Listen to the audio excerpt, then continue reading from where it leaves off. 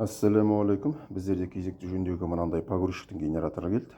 Генератор ерекше, релесі басқа болды бұның. Себебі бұндай генераторлар шақман 2000-дық шақмандарда болады, сосын 2000-дық манаға 3 кубтық погрузчиктерде болады. Релесі совсем келіспейді. Обычный шақманның, обычный погрузчиктің релесін әкеліп салып бармайды. Есептегенімде мына жерде деген ода еще мына жерінен тахометрге бір провод шығады, жалғанатын, сосын да плюске шығады. Екеуі шығады. Мынада біз обычныйда біреу шығады. Бұның енді есептеп қойып тұрмын. 80 амперлік генератор. Роторы 0,7-8 көрсетіп тұр.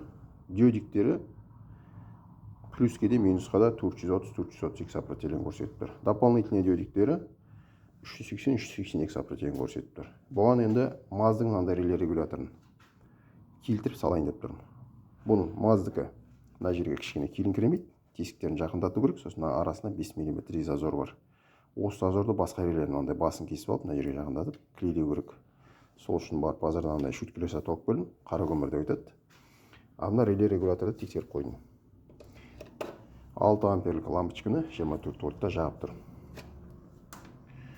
Енді осыны переделать етіп генераторда маздың релесін салып, тағы да видеосын түсіріп, нәтижесін көрсететін боламын.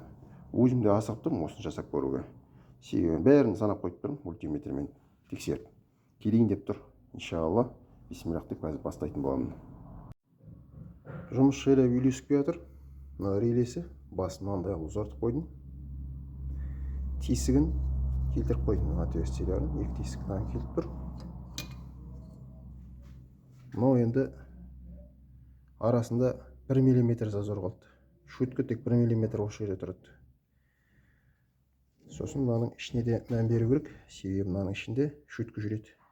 Анау көрініп тұрған стык, ешқандай преграда жоқ арасында. Тіреліп қалмайды шөткі, ішінен шығып кетеді сыртқа қарай до конца. Және шөткі оның мына жерінен бастап мына жеріне шейін тұрады. Артында пружин бар. Мына несін шөткілерін салам, пайкілеп. Артына пайкілейміз. Сосын тағы да бір видео түсіремін. Реле регуляторды пайкілеп восстановить етіп қойдым. Шөткілерін запаспен сразу ұзын қылдым. До конца. Қанша ұзын болды да, артынан мына. Сосын мынау бізде D+ қой келетін. Мынаған жалғанады ғой, сарыға. Оған мынандай салбатын басына. Мына жағынан мама, мына жағынан шайба, болт келеді соған. Мына гаразовый болады, мына келесте осындай салған кезде мына штекерді мына жерден ағытып тастайды да, мынаған осындай басқа реле салатын боламыз. Бірақ енді әлге жүреді, иншаллах. Осыны бисмиллах деп неге салып генераторға стендке қосып көремін қазір. Генераторды толығымен жинап стендке қосып қойдым. Но плюс әкеліп қойған. Но мана айтып отқан возбуждение, щитокта кілт ашқанда жанатын свет, но тахометр. Екеуіне де реагировать етіп тұр. Енді генераторды жайлап қосып көреміз. Бисмилля.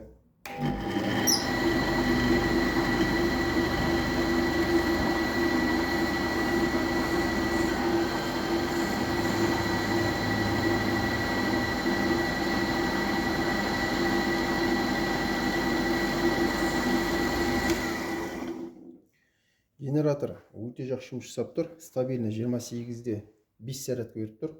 Кілт ашқан кезде жанатын свет, генератор қосылған кезде сөніп, генератор сөнген кезде қайтадан жанып тұр. Манағы жасалған эксперимент Аллахтың қалауымен сәтті аяқталды.